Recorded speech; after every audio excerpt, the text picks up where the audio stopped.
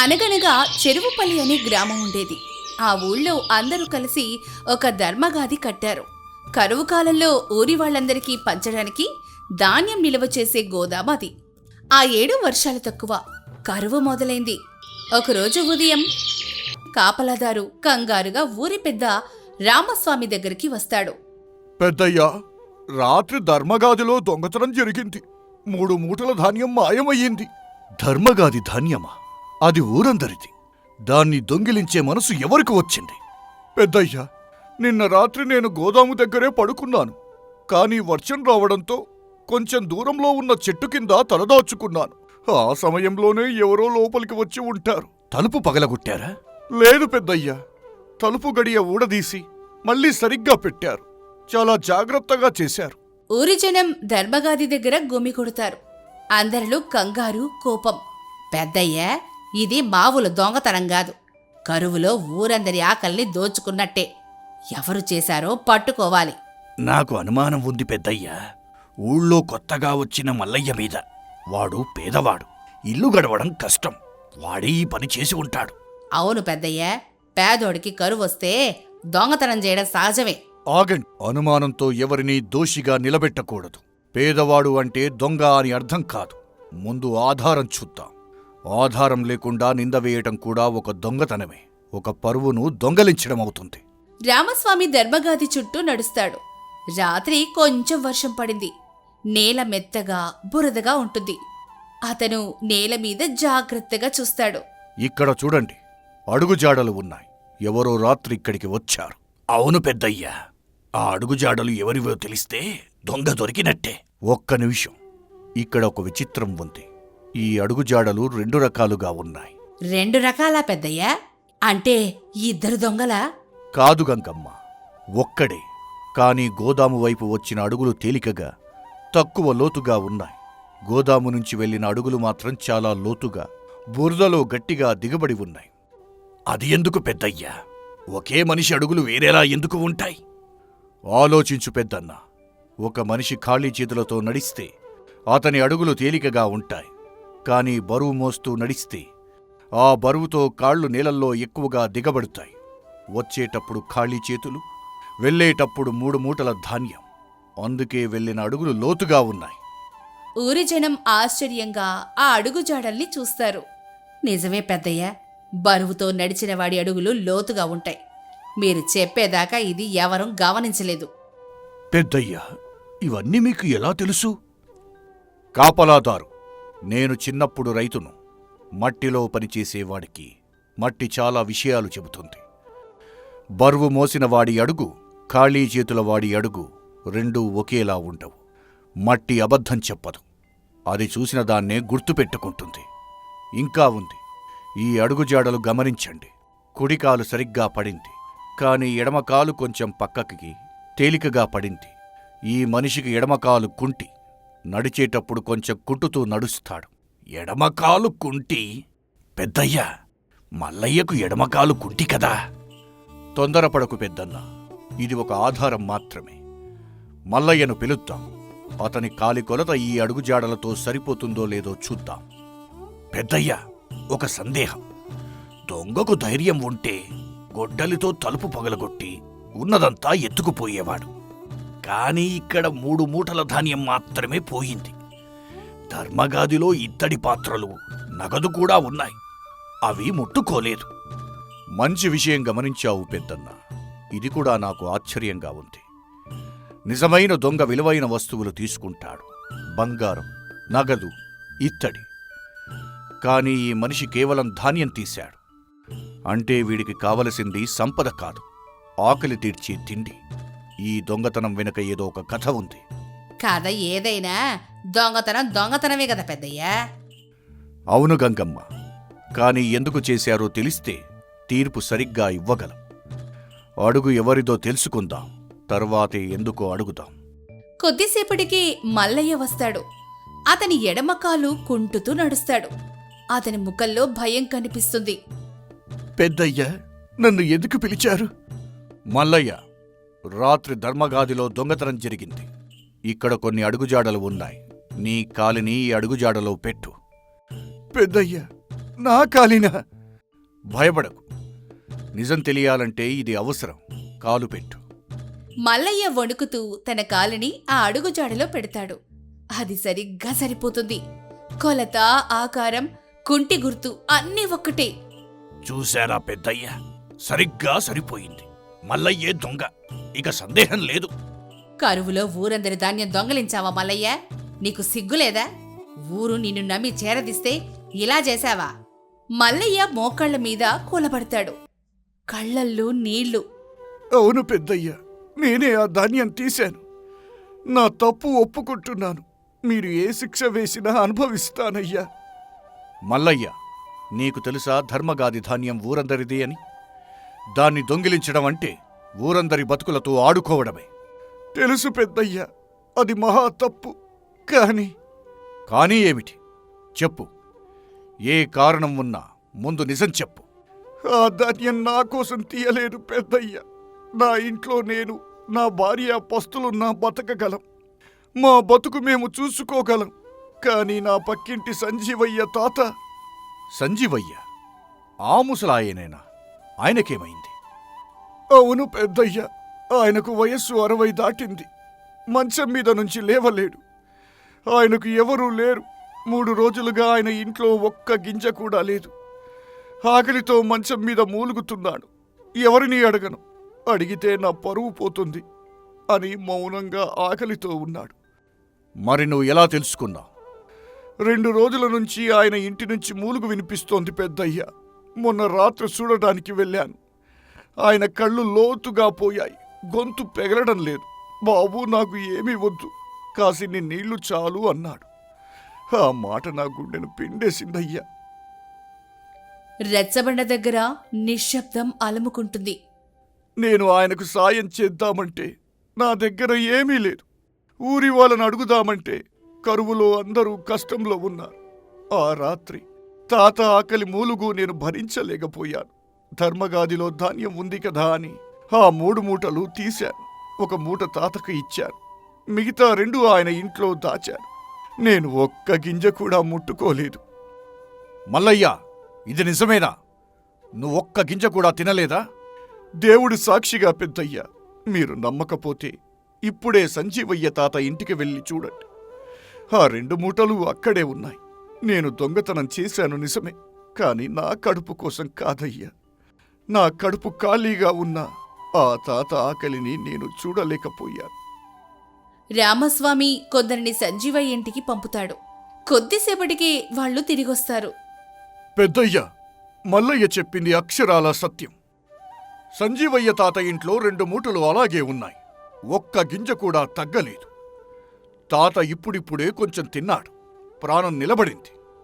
అయ్యో, మన ఊళ్ళో ఒక మొసలైన 3 రోజులుగా ఆకలితో ఉంటే మనలో ఎవ్వరికీ తెలియలేదు. నేను మల్లయ్యను దొంగ అన్నాను, కాని నిజంగా దొంగలం మనమే. పక్కింటి వాడి ఆకలి కూడా గమనించని మనం మల్లయ్య ధాన్యం తీశాడు. మనం మనిషితనం పోగొట్టుకున్నాం.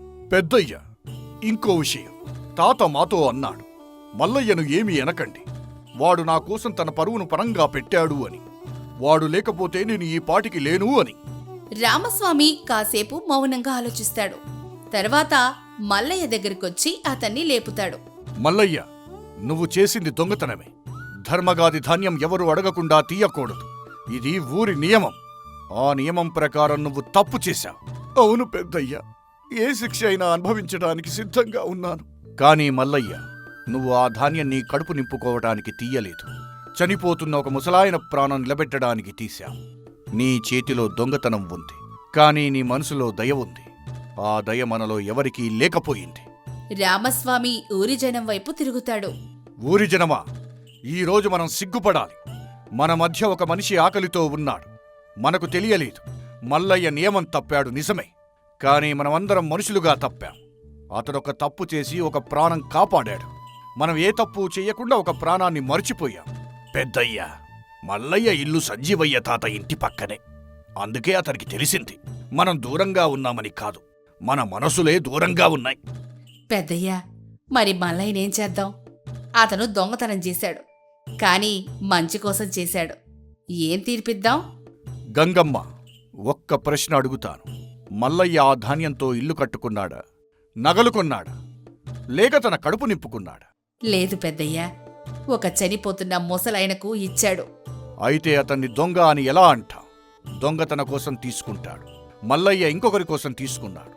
చట్టం ప్రకారం అది తప్పు కావచ్చు, కానీ మనసు ప్రకారం అది దయ. రామస్వామి మల్లయ్యకు శిక్ష లేదని ప్రకటిస్తాడు. తర్వాత ఊరి జనం వైపు తిరిగి కొత్త నియమం చెప్తాడు. ఇకపై ఒక కొత్త నియమాన్ని పెడదాం. ధర్మగారి తలుపు ఎప్పుడూ తెరిచే ఉంటుంది. ఊళ్ళో ఎవరు ఆకలితో ఉన్నా సిగ్గు లేకుండా వచ్చి ధాన్యం తీసుకోవచ్చు. అడగడం తప్పు కాదు, ఆకలితో ఉండడమే తప్పు. ఇకపై ఈ ఊళ్ళో ఎవ్వరూ మౌనంగా ఆకలితో ఉండకూడదు. పెద్దయ్యా, ఇంకో మాట. ప్రతి వారం 2 ఊరివాళ్ల ఇంటింటికి వెళ్ళి ఎవరైనా కష్టంలో ఉన్నారేమో చూడాలి.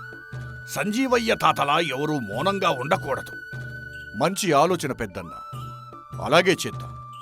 ఊరి జనం రామస్వామి మాటకు తలలూపుతారు.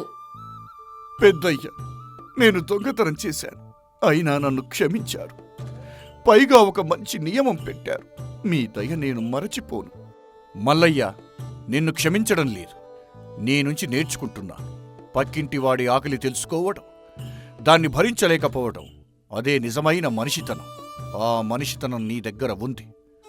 పెద్దయ్య, ఒక్క విన్నపం. సంజీవయ్య తాతను ఎవరూ దయతో కాదు, హక్కుతో చూసుకోవాలి. ఆయనకు ఎవరూ లేరు, కానీ ఈ ఊరంతా ఆయనదే. అలాగే మల్లయ్య, ఈ రోజు నుంచి సంజీవయ్య తాత ఈ ఊరి బాధ్యత. ఆయనకు రోజూ తిండి, మందులు, తోడు అన్నీ ఈ ఊరే చూసుకుంటుంది. ఊరి జనం మల్లయ్య చుట్టూ చేరుతారు. ఇందాక అతన్ని దొంగ అన్నవాళ్లే ఇప్పుడు అతని చేతులు పట్టుకుంటారు. మల్లయ్య, నిన్ను దొంగ అని అన్నందుకు క్షమించు. నిజమైన మనిషిని గుర్తుపట్టలేకపోయాను. పెద్దన్న, మీరు తప్పు చెయ్యలేదు. అడుగుజాడలు నావే. నేను నియమం తప్పింది నిజమే, కానీ ఈ ఊరు నా తప్పులో ఉన్న మంచిని చూసింది. అదే నా అదృష్టం. మల్లయ్య, ఒక్క మాట. నువ్వు ఆ రాత్రి ధాన్యం తీసే బదులు నా తలుపు తట్టి ఉంటే నేను వెంటనే ఇచ్చేవాడిని. దొంగతనం అవసరం ఉండేదే కాదు. పెద్దయ్య, అర్ధరాత్రి తాత ఆఖరి శ్వాస పోరాడుతున్న సమయంలో ఆలోచించే తీరిక లేకపోయింది. తప్పైనా ఒప్పైనా ఆ క్షణంలో నాకు తాత ప్రాణమే కనిపించింది. మళ్ళీ అలాంటి పరిస్థితి వస్తే ఏం చేస్తానో నాకు తెలియదు. అదే మనిషితనం మల్లయ్య. లెక్కలు వేసేవాడు దొంగతనం చెయ్యడు, కానీ ప్రాణం కూడా కాపాడడు. నువ్వు లెక్క వెయ్యలేదు, అందుకే ఒక ప్రాణం నిలిచింది. ఆ రోజు నుంచి చెరువుపల్లిలో ధర్మగాది తలుపు ఎప్పుడు తెరిచే ఉండేది. సంజీవయ్య తాతను ఊరంతా కలిసి చూసుకున్నారు. మల్లయ్యను ధర్మగాది సంరక్షకుడిగా నియమించారు. ఆకలితో ఉన్న వాళ్ళను మొదట గుర్తించేవాడు అతనే కాబట్టి. మిత్రులారా, ఈ కథలో మల్లయ్య ధర్మగాది ధాన్యం దొంగలించాడు. ఇది నియమం ప్రకారం తప్పు, కాని అతను దాన్ని ఒక ముసలాయన ప్రాణం కాపాడడానికి తీశాడు. మల్లయ్య చేసింది తప్పా ఒప్పా?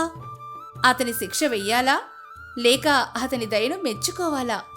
మీరు ఆ ఊరి పెద్దయితే ఏం చేసేవారు? ఈ కథ మీకు ఏ నీతిని చెప్పింది? మీ మాటలో కింద రాయండి. మీ అభిప్రాయం కోసం మేము ఎదురు చూస్తున్నాం. ఈ కథ మీకు నచ్చితే వెంటనే లైక్ చేయండి, మీ స్నేహితులతో షేర్ చేయండి. ఇలాంటి మరెన్నో కథల కోసం మా ఛానల్ని సబ్స్క్రైబ్ చేసి బెల్ ఐకాన్ నొక్కండి. ధన్యవాదాలు. విజయగడ మహాసామ్రాజ్యం. సిరి సంపదలకు, పాడి పంటలకు ఒకప్పుడు పెట్టింది పేరు. ఆ రాజ్యాన్ని పాలించే మహారాజు ధర్మపాలుడు. ఆయన గొప్ప తత్వవేత్త. కాని రాజ్య భారం పట్ల కొంత ఉదాసీనత వహించడం వల్ల రాజ్యం చుట్టూ శత్రువులు దండెత్తడానికి సిద్ధంగా ఉన్నారు. ఖజానాలో ధనం లేదు, ప్రకృతి కరుణించక వర్షాలు లేక రైతులు తీవ్ర కరువులో ఉన్నారు. ఇలాంటి విపత్కర పరిస్థితుల్లో రాజ్యసభలో అందరూ భయంతో వణికిపోతుంటే మహారాజు ధర్మపాలుడు మాత్రం కళ్ళు మూసుకొని ప్రశాంతంగా వీణవాయిస్తూ ఉంటాడు. అప్పుడే ఆ రాజ్యానికి చెందిన ఒక పేద కాని అత్యంత మేధావి అయిన పండితుడు విద్యానాథుడు సభలోకి కోపంగా అడుగు పెడతాడు. ప్రభూ, మహారాజా, దయచేసి కళ్ళు తెరవండి. శత్రువుల సైన్యం మన సరిహద్దులకు చేరుకుంది. మన ఖజానాలో సైనికులకు కనీస వేతనాలు ఇవ్వడానికి కూడా చిల్లిగవ్వలేదు. వర్షాలు లేక రైతులు పన్నులు కట్టుకోలేకపోతున్నారు. కరువుతో జనం అల్లాడుతున్నారు. ఇలాంటి విపత్కర పరిస్థితుల్లో మీరు ఇలా ప్రశాంతంగా సంగీతం వింటూ కూర్చుంటే ఎలా ప్రభూ? మన రాజ్యం ఈ రోజో రేపో నాశనం అయిపోతుంది. సుబుద్ధి, నాశనమనేది ప్రకృతి ధర్మం. పుట్టిన ప్రతీదీ గిట్టక తప్పదు. రాజ్యం కూడా అంతే. గాలివాన వచ్చినప్పుడు చెట్టు భయపడితే లాభం లేదు. తన వేర్లను భూమిలో గట్టిగా పట్టుకోవాలి. నా మనస్సు ఆ వేరులాంటిది. భయం ఎన్నడూ సమస్యను పరిష్కరించదు మహామంత్రి. ఆత్మశాంతి అన్నిటికీ మూలం. అద్భుతం, మహాద్భుతం మహారాజా. ఇల్లు కాలిపోతుంటే ఆ మంటల వెలుగులో కూర్చొని వేదాంతం చదువుకునే మీలాంటి రాజు ఉండటం ఈ విజయగడ ప్రజలు చేసుకున్న ఘోరమైన పాపం. వేదాంతం పస్తులున్నవాడి కడుపు నింపదు ప్రభు. వాస్తవంలోకి వచ్చి కళ్ళు తెరవండి. ఏయ్ విద్యానాథ, ఎంత సాహసం నీకు! మహారాజుగారిని విమర్శిస్తావా? ఒక సామాన్య పండితుడివి, నీకు రాజ్య వ్యవహారాల గురించి ఏమి తెలుసు? భటులారా, వీడిని వెంటనే బంధించి చెరసాలలో వేయండి. ఆగు సుబుద్ధి. వాడు విద్యావంతుడు. అక్షరం నేర్చిన వాడికి, ఆలోచించే బుద్ధి ఉన్నవాడికే ప్రశ్నించే హక్కు ఎప్పుడూ ఉంటుంది. విద్యానాథ, నా వేదాంతం తప్పంటున్నావు కదా? మరి ఈ సంక్షోభం నుండి గట్టెక్కడానికి సరైన దారి ఏమిటో, ఆ రాజనీతి ఏంటో నువ్వే స్వయంగా చెప్పు. సరైన దారి దండనీతి మహారాజా. మీరు తపస్సు చేసుకోవటానికి అడవులకు వెళ్ళాలి, కాని ఈ సింహాసనం మీద కూర్చోకూడదు. రాజరికమంటే కత్తిసాము, లెక్కలు, కుట్రలు, వ్యూహాలు తెలియాలి. తత్వశాస్త్రం కాదు, తర్కం కావాలి. నన్ను ఒక్కరోజు, కేవలం ఒక అహోరాత్రం ఈ సింహాసనం మీద కూర్చోబెట్టండి. మీ ఖజానా నింపుతాను. శత్రువులను భయపెట్టి పంపుతాను. ప్రజల కరువు తీర్చే దారి చూపుతాను. ఇదంతా ఎవరినీ దండించకుండా కేవలం నా మాటలతో, వ్యూహాలతో చేసి చూపిస్తాను. చేయకపోతే రేపు ఉదయం సభలో కఠిన కారాగార శిక్షకు నేను సిద్ధం. వినటానికి చాలా ఆసక్తిగా ఉంది పండితుడా.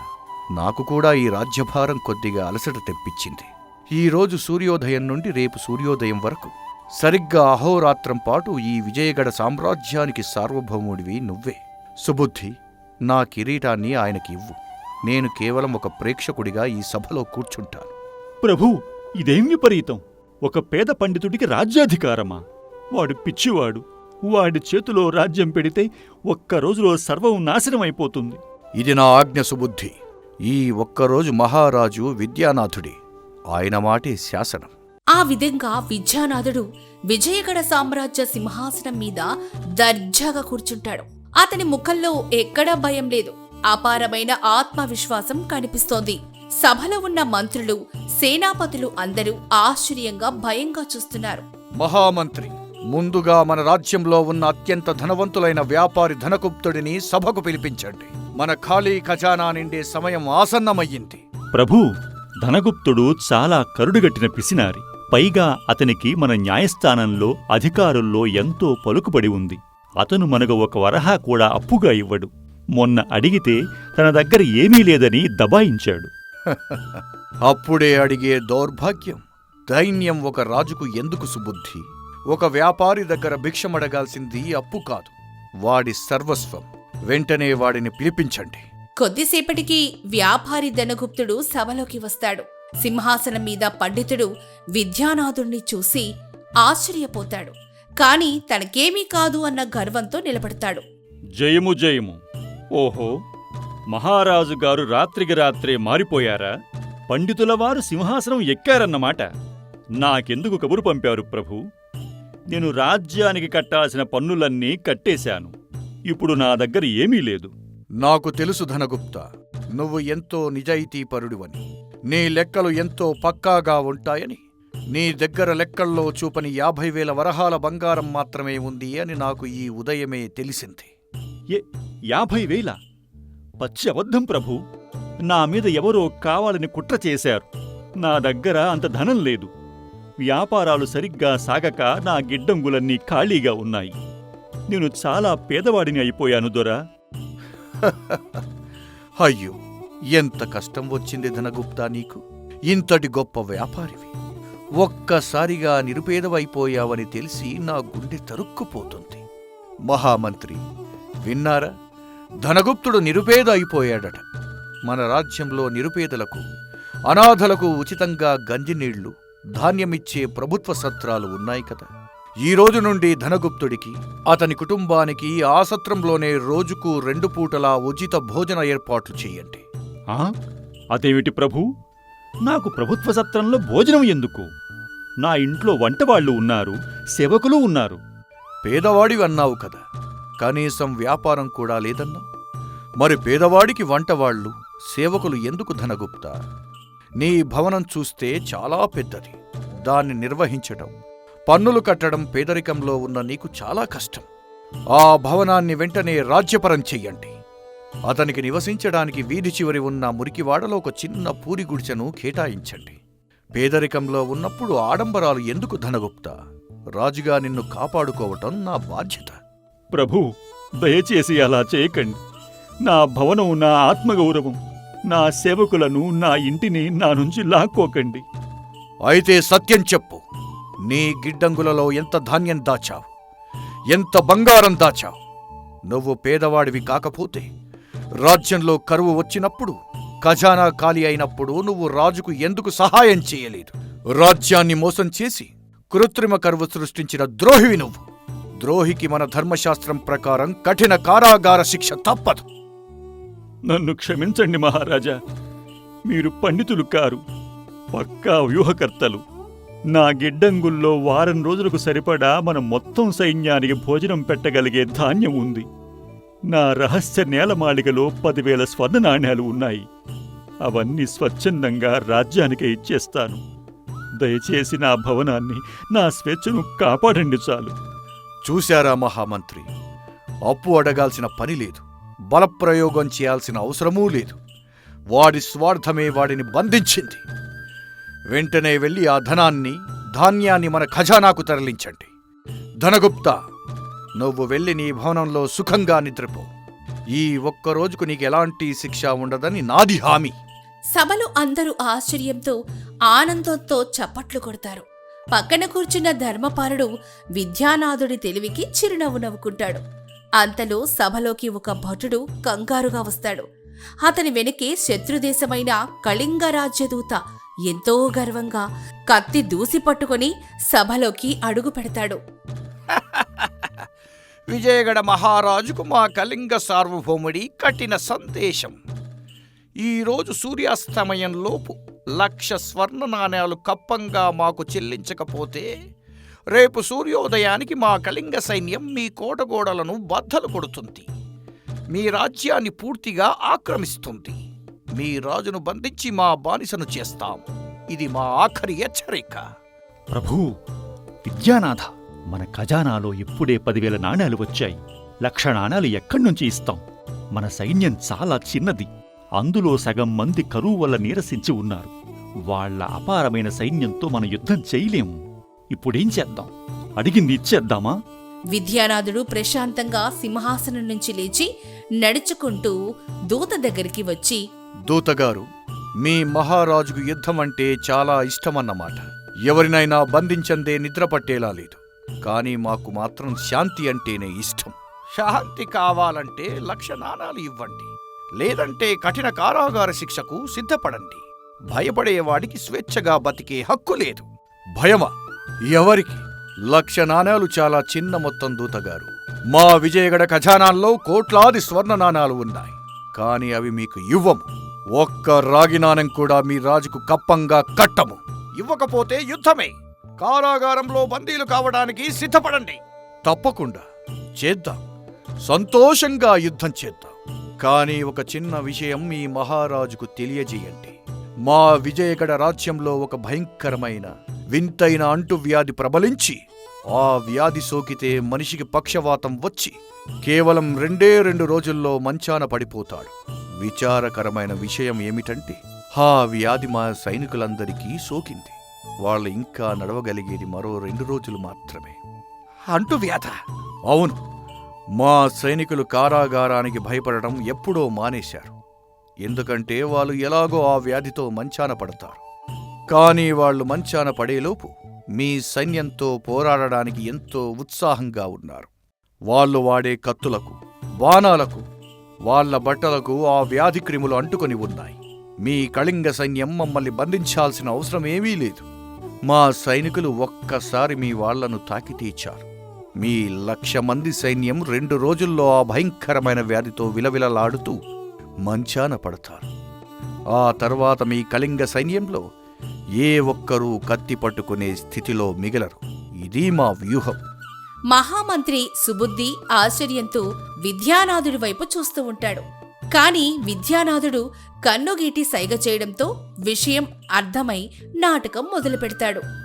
అవును దూతగారు, మా సైన్యం అంతా ఆ భయంకరమైన వ్యాధితోనే బాధపడుతున్నారు. వాళ్ళు ఇప్పుడే కోట వెనుక భాగం నుండి యుద్ధరంగానికి బయలుదేరుతున్నారు. వాళ్ళ శరీరాలు చూస్తేనే భయం వేసేలా ఉన్నాయి.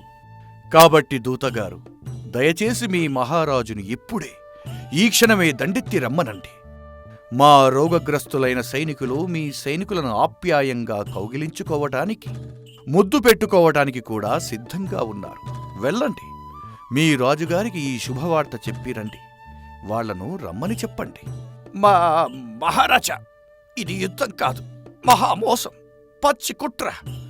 రోగులతో యుద్ధం చేస్తే మా సైన్యమంతా ఒక్క దెబ్బ కూడా తినకుండానే నాశనమవుతుంది. మాకు మీ లక్షణాలు వద్దు, మీ రాజ్యమూ వద్దు. దయచేసి మీ సైన్యాన్ని మా సరిహద్దుల వైపు అస్సలు పంపకండి. నేను ఇప్పుడే పరుగున వెళ్లి మా సైన్యాన్ని వెనక్కి తీసుకువెళుతాను. మీకు దండం పెడతాను. కళింగదూత భయంతో వణికిపోతూ పరుగున అక్కడుంచి పారిపోతాడు. వాడు పరుగు చూసిన సభలో అందరూ ఒక్కసారిగా ఊపిరి పీల్చుకొని గట్టిగా నవ్వుతారు. అద్భుతం ప్రభూ! ఎలాంటి ఆయుధం తీయకుండా, ఎవరినీ దండించకుండా, కేవలం ఒక్క అబద్ధంతో శత్రు సైన్యాన్ని భయపెట్టి తరిమేశారు. మీ బుద్ధికుశలతకు, మీ సమయస్ఫూర్తికి సాటిలేదు. మీరు నిజంగానే మా పాలిట దేవుడు ప్రభూ. అబద్ధమనేది ఒక పదునైన ఆయుధం లాంటిది సుబుద్ధి. దాన్ని శత్రువు మీద ప్రయోగిస్తే రక్షణ, కాని అదే అబద్ధాన్ని స్వంత ప్రజల మీద ప్రయోగిస్తే అది వినాశనమవుతుంది. ఇప్పుడు 3వ సమస్య. మహామంత్రి, నిజం చెప్పు, మన రాజ్యంలో రైతులు ఎందుకు పన్నులు కట్టలేకపోతున్నారు? రాజ్యానికి ఎందుకు ఈ దుస్థితి వచ్చింది? ప్రభూ, ఈ సంవత్సరం వర్షాలు పడలేదు, చెరువులు ఎండిపోయాయి, పంటలు పండలేదు. ఇది ప్రకృతి చేసిన అన్యాయం. వానలు పడకపోతే అందులో మన తప్పు ఏముంది? మనం ఏం చేయగలం? ప్రకృతికి తప్పులు ఒప్పులు ఉండవు మహామంత్రి. ప్రకృతి ఎప్పుడూ తన ధర్మాన్ని తాను నిర్వర్తిస్తుంది.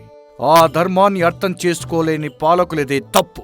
గత 10 ఏళ్లుగా మనకు వర్షాలు బాగా పడ్డాయి కదా, అప్పుడు వచ్చిన అదనపు ధాన్యం ఏమైంది? ప్రజలు కట్టిన అదనపు నిధులు ఏమయ్యాయి? ఆ నిల్వలు ఏవి?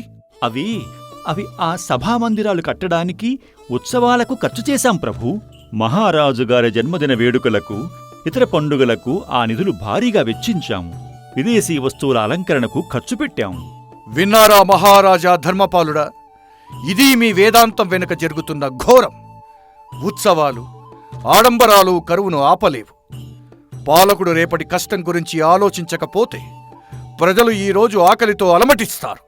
సుబుద్ధి, వెంటనే మన కోటలో ఉన్న అనవసరమైన అలంకరణలు, బంగారు కుర్చీలు, రత్నాలు అన్నీ విపణిలో అమ్మేయండి. పక్క రాజ్యాల నుండి ధాన్యం కొనుగోలు చేసి ప్రజలకు ఈరోజు సాయంత్రం నుండే ఉచితంగా పంచండి. అంతేకాదు, రేపటి నుండి రాజ్యంలో ఉన్న ప్రతి అధికారి, ప్రతి సైనికుడు, మంత్రులు అందరూ రోజుకు 2 గంటల పార పట్టుకుని చెరువుల పూడిక తీసే పనిలో పాల్గొనాలి. నేను వస్తాను, మీరు రావు. మేమా? మంత్రులం, సైనికులం మట్టిమోయాలా ప్రభూ? ఇది మా హోదాకు, మా గౌరవానికి అసలు తగదు. ప్రజలు మమ్మల్ని చులకనగా చూస్తారు. ప్రజలు ఆకలితో అల్లాడుతుంటే మీకు హోదా, గౌరవం ఒక లెక్క. రాజ్యం సుభిక్షంగా ఉన్నప్పుడే పదవులు, అధికారాలు, దర్పాలు. రాజ్యం ఆపదలో ఉన్నప్పుడు అందరూ కార్మికులే. చెమట చిందిస్తేనే రేపు వర్షం పడినప్పుడు నీరు నిలుస్తుంది. ఇది నా శాసనం. ఎవరైనా ఎదురు చెబితే, పనిచేయను అని తప్పించుకుంటే వాళ్లను కఠినంగా శిక్షించి చెరసాలలో బంధించండి. ఆ విధంగా ఒక్క పగలు గడిచిపోయింది. రాత్రికి రాత్రే ధనగుప్తుని ధాన్యం, ఇతర రాజ్యాల నుంచి కొనుగోలు చేసిన ధాన్యం ప్రజలకు చేరింది. మరుసటి రోజు సూర్యోదయం అయింది. లేలేత సూర్యకిరణాలు సభామందిరంలోకి పడుతూ ఉన్నాయి. ఒక్క అహోరాత్రంలో విద్యానాథుడు రాజ్య ముఖచిత్రాన్ని పూర్తిగా మార్చేశాడు. సూర్యోదయంతో తన గడువు ముగియడంతో సభామందిరంలో విద్యానాథుడు, నా సమయం ముగిసింది మహారాజా. మరుసటి సూర్యోదయం వరకు నాకిచ్చిన గడువులో నేను ఇచ్చిన మాట ప్రకారం రాజ్యంలో ఉన్న సమస్యలన్నీ పరిష్కరించాను. నా వాగ్దానం నెరవేరింది. ఇప్పుడు నేను మళ్ళీ ఒక సామాన్య పండితుడిని. నా దారిన నేను వెళతాను. ఇక సెలవు మహారాజా. లేదు విద్యానాథ, నువ్వు సామాన్యుడివి కానే కావు. మహామేధావివి, గొప్ప వ్యూహకర్తవి. ఈ ఒక్క రోజులో నువ్వు నాకు నిజమైన పాలన అంటే ఏమిటో నేర్పావు. నా కళ్లను తెరిపించావు. వేదాంతమనేది వ్యక్తిగత శాంతికి పనికొస్తుంది కాని రాజ్యపాలనకు నీలాంటి కఠినమైన ఆచరణాత్మకమైన బుద్ధి, వ్యవహారిక జ్ఞానం కావాలని నువ్వు నిరూపించావు. ఈ రోజు నుండి ఈ విజయగఢ సామ్రాజ్యానికి నువ్వే మహామంత్రివి. నీ వ్యూహాలకు నా వేదాంతం తోడైతే ఈ రాజ్యాన్ని ఎవరూ జయించలేరు. సుబుద్ధి ఇకపై నీ కింద ఒక సలహాదారుడిగా మాత్రమే ఉంటాడు. మీ ఆజ్ఞ మహారాజా. తన తప్పును అంగీకరించే గొప్ప మనసున్న మీలాంటి రాజుకు సేవ చేయటం నా పూర్వజన్మ సుకృతం. ఈ రాజ్యాన్ని సస్యశ్యామలం చేసే బాధ్యత నాది. ఆ రోజు నుంచి విజయగఢ సామ్రాజ్యం విద్యానాథుడి వ్యూహాలతో, ధర్మపాలుడి ధర్మంతో అఖండ కీర్తిని సాధించింది. బుద్ధిబలం ముందు ఏ ఆయుధమైనా, ఎంతటి కష్టమైనా తలవంచక తప్పదని ఈ ఒక్కరోజు రాజు కథ లోకానికి నిరూపించింది. ఇది కేవలం ఒక్క రోజులో జరిగిన ఒక మహా అద్భుత ఘట్టం.